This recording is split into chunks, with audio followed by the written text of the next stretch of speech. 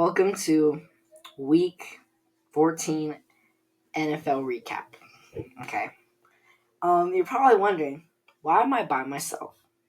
Well, my partners in crime are out for right now, and Chris is okay, and Joe is tired. So that's why my room's dirty and all that. So, well, some things have to happen, and the show must go on. So I am going to record this by myself, but could have been worse. So let's start off with the Raiders 63 on the Chargers' head, and Brandon Staley gets fired. So I think that the Raiders, incredible performance. There was no flaws in that game. Immaculate offense, amazing defense, had the highest scoring defense this week. One of the best performances by the Raiders I've seen in a while. I mean, just looking at what they had, it was really it was very impressive because that Raiders team isn't really known for scoring a lot of points, and against the division rival, dropping 63 points, that's insane. That's like unheard of, and I guess that's pretty crazy. Also, after the game, they beat them so bad that they finally fired Brandon Staley. It was long overdue. He should have been fired a long time ago, in my opinion. I mean, I think he should have been fired probably a year ago. Definitely this season a while ago, but he's finally gone, so that's all that matters. And I think that it was just a crazy good performance by the Raiders all around. I mean, it was impressive to say the least. But for the Chargers, it's very disappointing, especially because they have the worst cap space in the league. They are paying so many players big contracts that they really can't afford anymore. And looking back at free agency last year, it's really starting to come back to bite them because a lot of their players, yeah, they're doing good. Khalil Mack's doing good. J.C. Jackson's doing good. But were they really worth all that money? Probably not. And it's going to be hard for them to pay that off. So good luck to the Chargers because they're going to have a lot of trouble with that. But I still think it's reasonable to talk about that because I feel like the Chargers, it's going to be pretty difficult, like I said already, to pay it off. But, I mean, the Raiders, good for them. We'll see how they play this week. I hope that they do just as good because I have Devontae in fantasy. So, go Raiders. I'm kidding. I would never say that. But Devontae. Go Devontae. Okay. So, next up on our schedule, Baker Mayfield goes pretty crazy against the Packers. Now, the game that he played was rather impressive to me personally because I just feel like the game that he played with, honestly, not that much because, I mean, yeah, Baker Mayfield's good, but Mike Evans and Chris Godwin, they're just too good. And it really showed for Mike Evans this week. I think he had 2 touchdowns. I think so. It was just overall very impressive, and it was cool to see him perform like that. So that was great.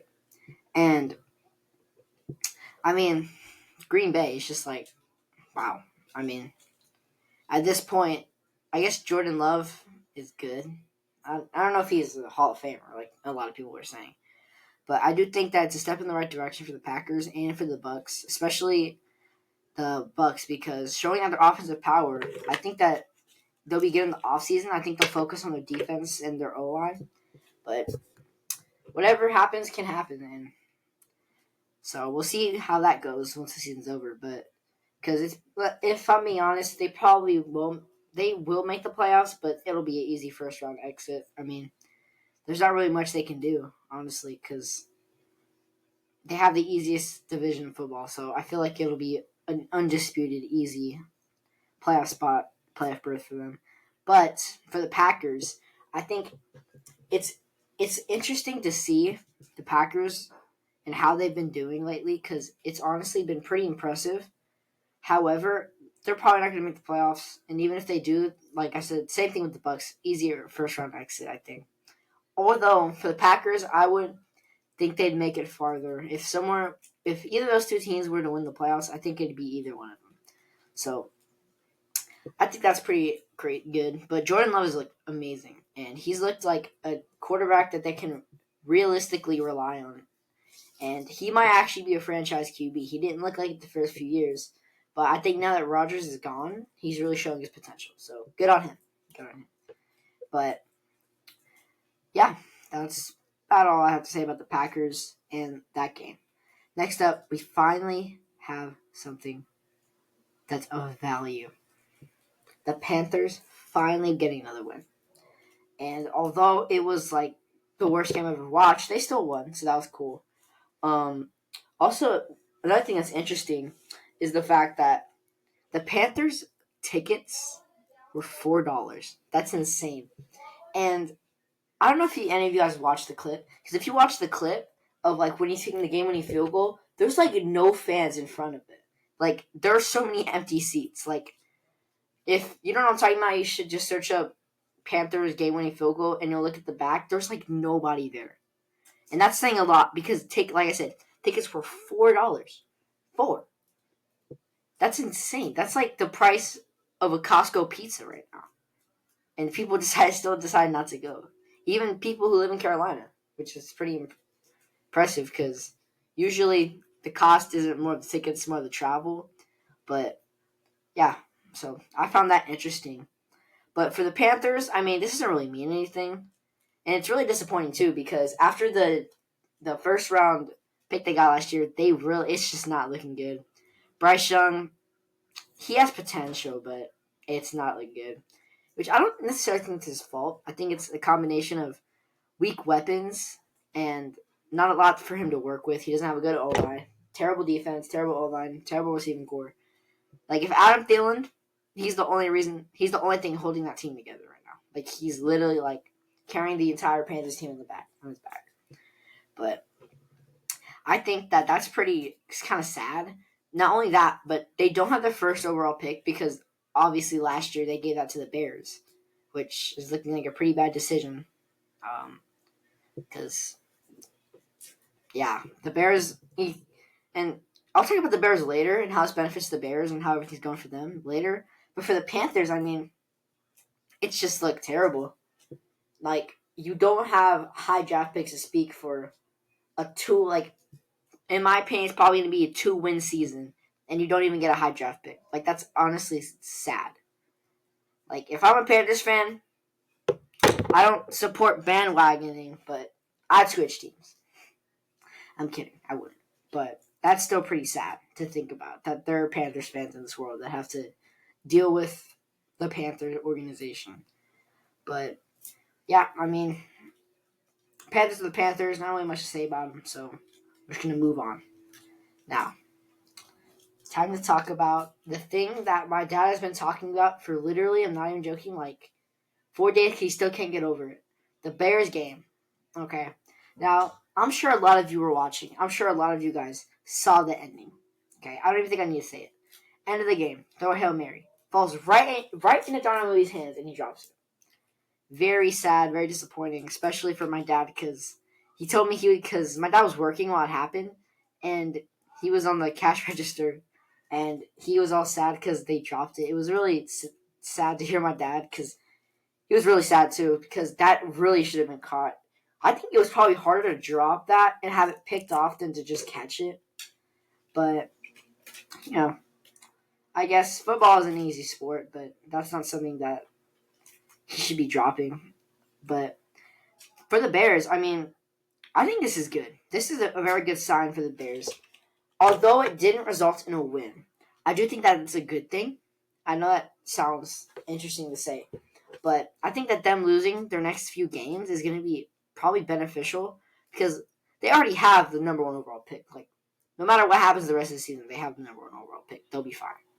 But I think that they really should build around Justin Fields because he's honestly, although the season was off to a very rough start, I do think that he's looked better. And I think that, I know it's a lot to say. Caleb Williams is good, but I think that they go for Marvin Harrison Jr., and I do think that they try to build around Fields because, after all, he's not the best rookie by far. He's not even close to being a good rookie. However, I do think that I think this is his third year. Yeah, this is third year. So it's very impressive to see what he hasn't done, but I think it's more impressive to see what he has done with a minimal team. I think that this is the year that you trust in him, you put all your assets into him, and if he doesn't do good, then oh well. Well, you can try again next year, I guess. But I think that after watching that game, I do think that they should build around Justin Fields, and I think that it'll overall be good for the Bears looking forward. Now, for the Browns, I don't even know what to say about the Browns. You almost lost to a Bears team. You got bailed out. Literally, you got bailed out at the last second. So it's very kind of disappointing on a Browns fan's standpoint. However, I do think that good for the Browns because they got another win. They're gonna make the playoffs, I think. Yeah, they have a wild card spot right now because the Ravens, they're not gonna lose their number one. Their number one in their division. So I think they might make the playoffs. Probably, maybe not. I don't know, but only time will tell. However, it's good for them because a win is a win. I mean, even if they really got built at the end, I guess a win is a win for that team, especially now in the end of the season where they really need wins right now because they need to make the playoffs or else this whole season for them will kind of be a waste. But I do think that it's very impressive that Myles Garrett is playing how he is, and I do think that he will do better in his time, and I do think that everything will go right for them. I believe that to be true. That's about all I have to say about that game. Now, it's time to talk about something I've saved for a little, not the last segment, some of the last because I don't want to talk about it. Dak, the Cowboys, the Bills. Disappointing. I mean, what else can I have to say? It was the most lethargic, sad, disappointing performance I've seen in a while. And I've watched a lot of disappointing games by the Cowboys, but that one takes the cake. I mean, we went into that game with so much anticipation. So much. And to see our team get destroyed like that is sad to me as a Cowboys fan. To watch that, it was painful. I mean, like, what do you even do? Like, at that point in the game, it was just sad to watch. I was just watching, and pain in my heart was all I felt. But I mean, it was just terrible. I mean, there was no run defense at all. We made James Cook look like Christian McCaffrey. Like it's that simple. It was just very disappointing to see, disappointing to watch, and I don't really want to talk about the Cowboys anymore. Now, for the Bills standpoint, Bills, if you're a Bills fan, you're ecstatic right now. I mean, just destroyed, dog walked, absolutely obliterated the Cowboys. And the only reason it wasn't 3-31 was because of a garbage time touchdown. Like you should be happy beyond belief right now. But it's well deserved. I mean, they were just a better team. Like in every statistical way, they were just a better team. I mean, they ran better, they threw better, they defended better, they had more sacks, they had more pressures, they had more defensive deflections. It was just everything was Bills that night. And it really was just a dark, rainy night for the Cowboys. But it was a bright day for the Bills. I'm happy for you guys. You had to come at me, the results of my agony, but we don't talk about that.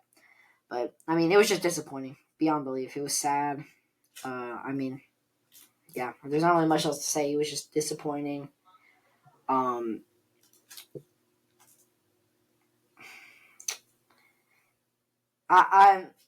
I just don't want to talk about this game. But for the Bills, it's good.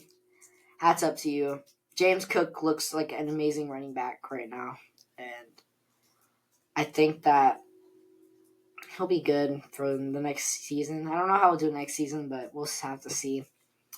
I mean, just like, wow. just wow. But I have to talk about something right now. After this game, do I think that Dak is out of MVP discussions? Yes. Yes, I do. Because no quarterback who should be MVP is getting destroyed by a team that wasn't like amazing like the Bills were, but still good, and getting absolutely destroyed like that. He couldn't pass. He couldn't run. He looked lost. Like, he literally looked lost out there. And I know I always hear a lot that the Cowboys can't beat teams over 500. But after watching that game, they might be right. They might be right. It was sad to watch. I mean, Dak, and not only that, but he had to throw an interception at like the very end of the game for literally no reason. Didn't affect the stat line. Didn't affect anything. But he decided to throw a pick. And that honestly hurts me because it hurts to watch him lose, but to hurt his stat line even more for no reason, it was disappointing. I mean, like, watching that game was just terrible. But I don't want to waste all your time talking about the Cowboys and how disappointed I am because, I always hear that we need to stop talking about the Cowboys too much, and I agree. So, now on to Monday Night Football because Sunday Night Football was boring. Okay, I fell asleep watching it. It was a school night anyways, so. But let's talk about Monday night. Eagles fall for a third straight loss. Not by the hands of Drew Lock himself. By the way, I know this is a random stat, but I was watching stuff. I was watching videos, and I was watching First Take, but the Eagles haven't beaten the Seahawks in like 10 years. Like, they're 0 of 10 right now, and those 7 regular season losses and 3 playoff losses. That's pretty crazy to think about. I think it's more than 10 years. Yeah, it's definitely more than 10 years. But, wow. Watching that game, honestly, the Eagles had full control of that game for like most of the entirety of the second half, or the first half.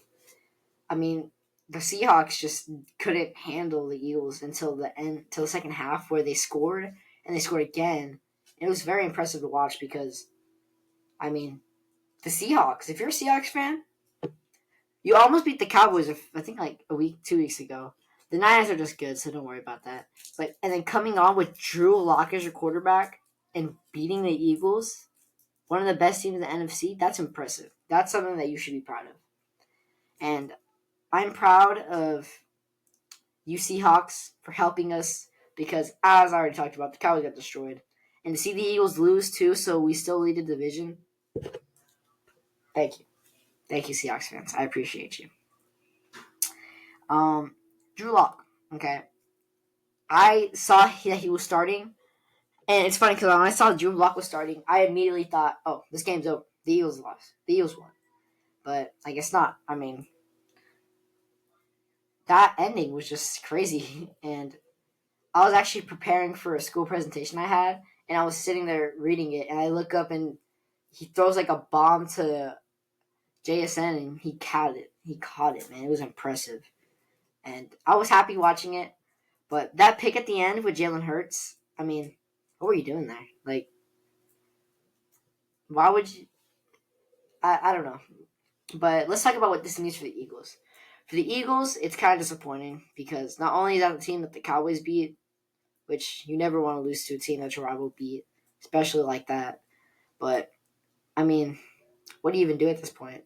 That's 3 straight losses. And yeah, the Niners and Cowboys are good teams, but heavy air quotes there.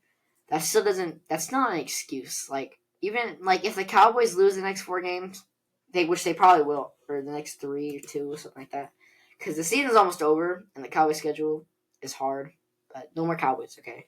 So the Eagles, it's just disappointing.